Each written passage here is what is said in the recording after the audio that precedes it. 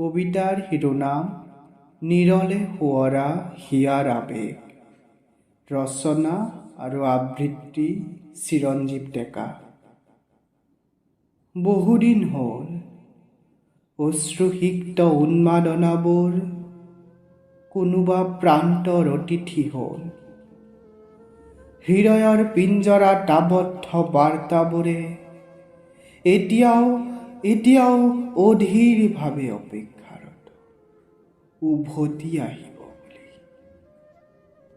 ক্ষণৰ তীব্ৰ গতিত অপ্ৰকাশিতবোৰ ৰৈ গ'ল। এতিয়াতো আধুনিকতা তোমাৰ প্ৰিয় হ'ল। চিঠিৰ অপেক্ষাবোৰ এতিয়া লুপ্ত প্ৰায়। সকলোবোৰ হোৱাটছএপৰ লাষ্ট চিনতে সীমিত হ'ল। গোলাপো এতিয়া নানাৰঙী হ'ল। শব্দবোৰ বহুভাষী হ'ল। ব্যস্ততাবোৰ অভ্যাসত পৰিণত হ'ল।